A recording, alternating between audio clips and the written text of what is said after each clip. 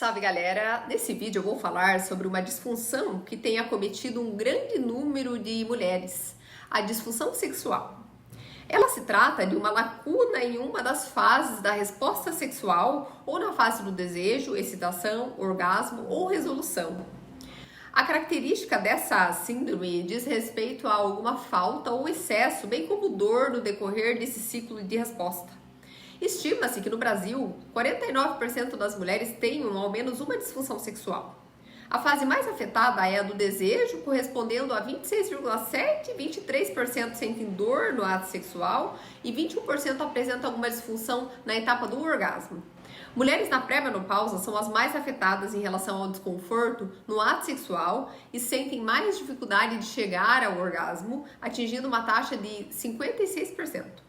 A disfunção é um problema público de saúde porque afeta não só a qualidade de vida da mulher, mas também o parceiro e o relacionamento. Você sabia que uma parte considerável das mulheres que sofrem desse mal não buscam ajuda porque sentem vergonha ou porque tentaram e os tratamentos realizados não foram muito efetivos ou não surtiram efeito?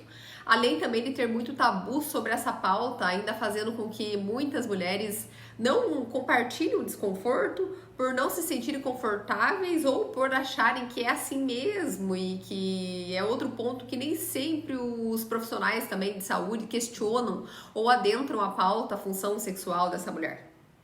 Os fatores da razão pela qual a mulher desenvolve a disfunção são inúmeros. Dentre eles estão os fatores associados à relação, que quando apresenta conflito afeta de forma significativa a sexualidade. Fora isso, é mais fácil encontrar disfunção sexual em mulheres que possuem longos relacionamentos, que às vezes caem numa rotina e a busca do sexo se dá por vezes por parte instintiva, e conforme o tempo passa, mesmo que a relação no geral seja harmônica, pode haver uma redução da frequência sexual por questão de inércia mesmo, ou rotina mencionada anteriormente.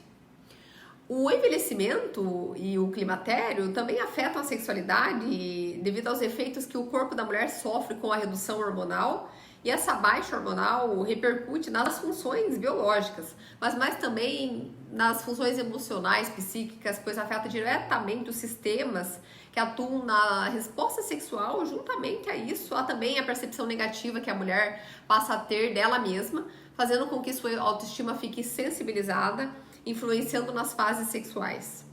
Outro ponto é o parceiro, que também sofre as suas alterações. Disfunções sexuais no universo masculino também acontecem de modo bastante frequente e no envelhecimento.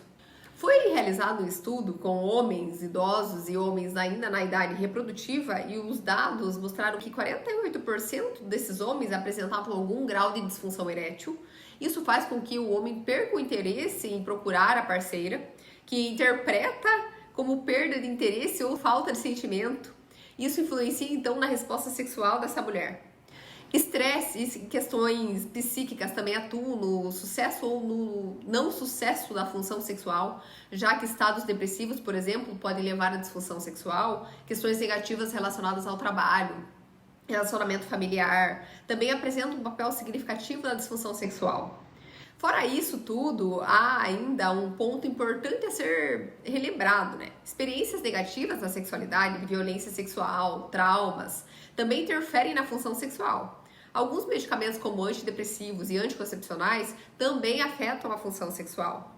Há antidepressivos que têm ação de inibir a recaptação de serotonina, então afetam a resposta sexual. E anticoncepcionais, em especial, os que têm pouco estrogênio, dão efeitos colaterais como queda de lubrificação ou modificação da parede vaginal, causando dor no ato sexual. Há algumas diferenças entre sexualidade masculina e a feminina. No universo masculino, o ato sexual tem como função o orgasmo e o centro está na posse e na conquista, para que isso ocorra. Já para a mulher, a essência da sexualidade está mais ligada à entrega e sedução, fazendo com que o desejo sexual seja primordial para que a resposta sexual seja sucesso. A intimidade pode ser uma forte motivadora para a mulher, né? E muitas mulheres buscam a sexualidade mais pelo desejo do carinho e aproximação física, Isso explica porque muitas mulheres, mesmo não atingindo o orgasmo durante o ato sexual, procuram a relação só pelo fato de ficar em contato com o corpo masculino e receberem esse carinho. Já relatam o ato sexual como um todo satisfatório, só por isso. Logicamente que também existe o outro lado da moeda e é comum encontrar mulheres que atingiram o orgasmo na relação, porém não sentem desejo. Outro ponto relevante a ser refletido nesse vídeo é qual a sua forma de receber e dar amor. Porque somos muito individuais, cada um sabe o que é melhor para si e o que sente que tem necessidade. Você já ouviu falar das linguagens do amor? Qual a sua linguagem e do que você gosta e do que você não gosta e do que você precisa? Vale tudo entre quatro paredes? Todas essas questões são coisas que são importantes para refletir, pois quando nos unimos a alguém, como o outro vai nos dar prazer se a gente não se conhece, não sabe o que gosta, tampouco o que não gosta e muito menos sabe o que pedir.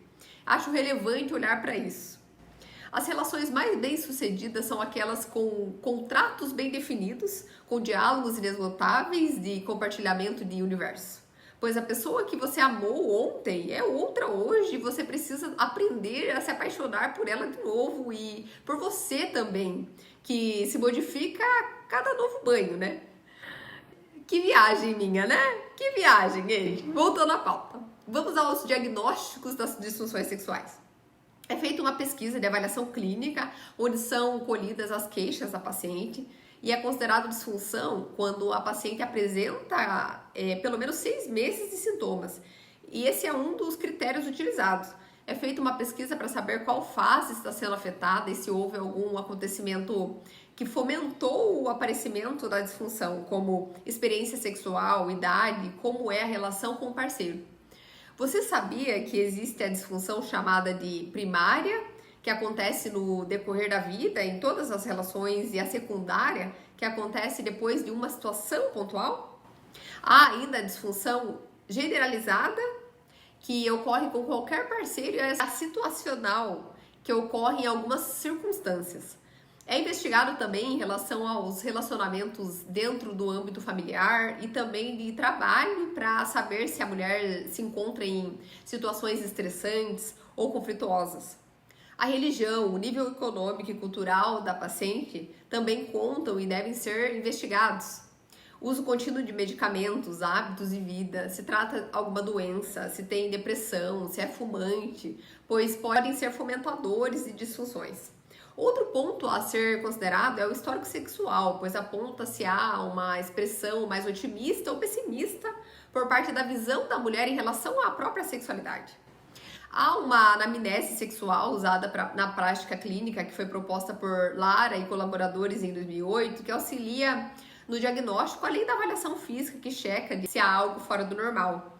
Há exames de imagem para pesquisar também se há alguma doença uroginecológica.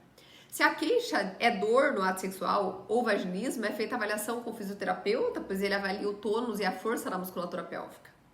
O tratamento baseia-se em controlar os sintomas e medidas específicas no caso daquela mulher. Se a queixa for de origem psíquica ou biológica, é usado o modelo de Piaget, que significa permissão com o intuito de desmistificar e fazer a quebra desses padrões associados a preconceito. E essa premissa diz respeito ainda a dar voz à paciente para que ela expresse sem julgamentos como se sente em relação à sua sexualidade, se vendo como normal. Essa paciente é fomentada a acessar ferramentas que estimule a sua fantasia sexual, que estimule a sexualidade, que possa ter pensamentos sexuais sem se sentir anormal ou errada ou culpada. A segunda parte do modelo é a informação limitada, que tem como intuito informar a paciente limitando essas informações de acordo com a sua necessidade, baseado no seu perfil e quadro que apresenta, ainda sobre fisiologia sexual e anatomia da genital. A mulher é instruída onde são os locais de mais sensibilidade e pontos de prazer na vagina, na vulva, informando onde se localiza o clitóris, pequenos lábios, grandes lábios, vagina e onde há mais conteúdo vasculo nervoso, ajudando a mulher a modificar alguns comportamentos, se assim ela desejar. A permissão e a informação limitada para algumas mulheres não ajudam a alcançar resultados assim considerados satisfatórios. Na terceira etapa do modelo Piaget, há acesso à sugestão específica. O profissional faz o aconselhamento e sugestão de terapias, alterações em condutas sexuais de acordo com a própria fisiologia da resposta sexual, bem como fomenta também mudanças de atitude. Uma das sugestões é que a paciente realize exercícios de autoestimulação, fortalecimento na musculatura do assoalho pélvico, quando a disfunção é na fase do orgasmo. Outro ponto que o profissional pode abordar é que a paciente observe os pontos positivos do relacionamento, com o intuito de melhorar a relação em si e repercutirá na sexualidade do casal. Se não houver sucesso nas outras etapas do modelo, o indicado é que a paciente busque a terapia sexual, a etapa final do modelo. Normalmente, a psicoterapia é indicada em casos severos, como a perda de capacidade de sentir o prazer. Isso se chama anedonia, que costuma acontecer em casos severos de depressão. Também em conflitos e relações que apresentam tanto agressão verbal quanto física, desvio sexual, como pedofilia, por exemplo, distúrbios comportamentais, abuso, dentre outros. Portanto, a psicoterapia ajuda no resgate da sexualidade que se perdeu por situações traumáticas ou fatores psíquicos.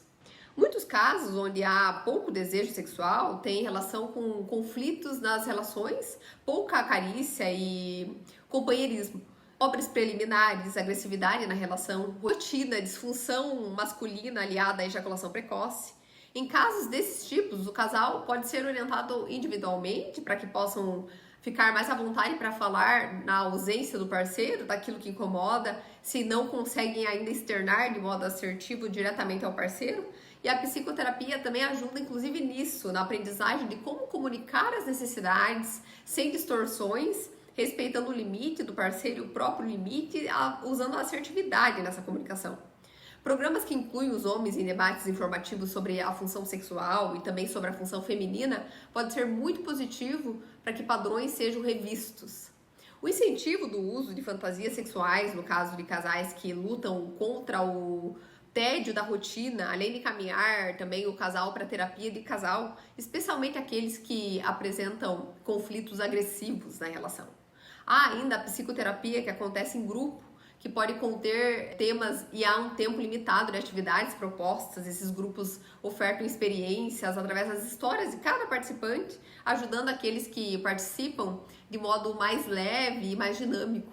O acolhimento, muitas vezes, auxilia no desenvolvimento de interação com o parceiro.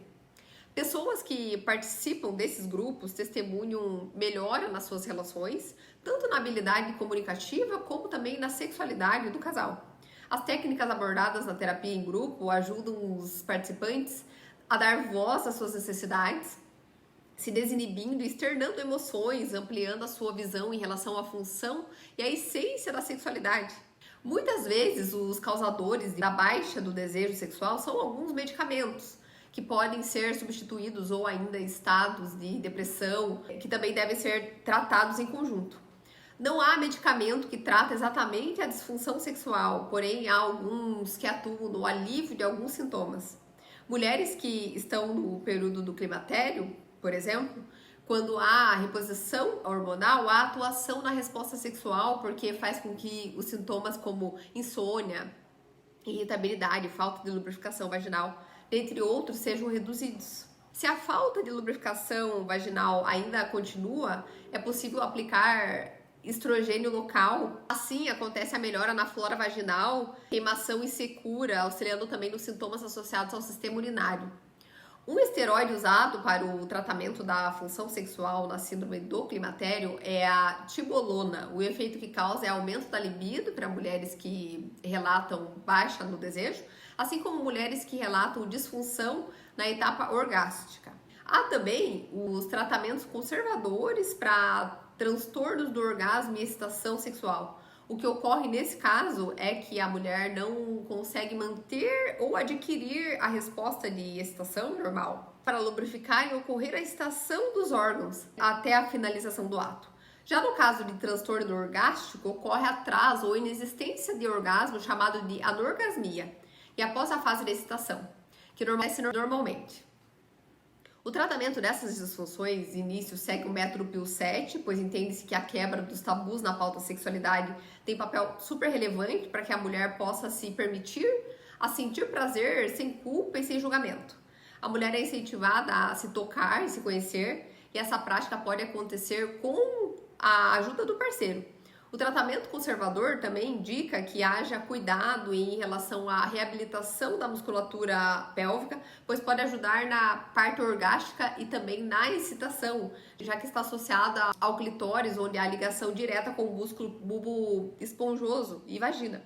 O desuso dessa musculatura, sem estímulo de exercício, contribui para a incapacidade de sentir a excitação e o orgasmo. Quando esse músculo é treinado, a promoção do aumento das forças dos músculos e também da sensibilidade, causando mais tensão onde está o clitóris e respondendo via reflexo sensomotor. Isso tudo ajuda no orgasmo e na excitação. Fora tudo isso que foi citado, ao treinar, o fluxo sanguíneo na região aumenta, assim como a mobilidade pélvica, a sensibilidade do clitóris, possibilitando excitação efetiva, lubrificação, orgasmo, melhorando tônus muscular e reduzindo o diâmetro da vagina, melhorando no prazer sexual também. Basta fazer o treino de fechar o canal, executando o movimento de como se estivesse puxando para dentro e ir modificando as séries conforme o corpo se adapta ao movimento. Que depois que há percepção de melhora, o ideal é manter as séries na rotina cotidiana para que haja manutenção dos resultados.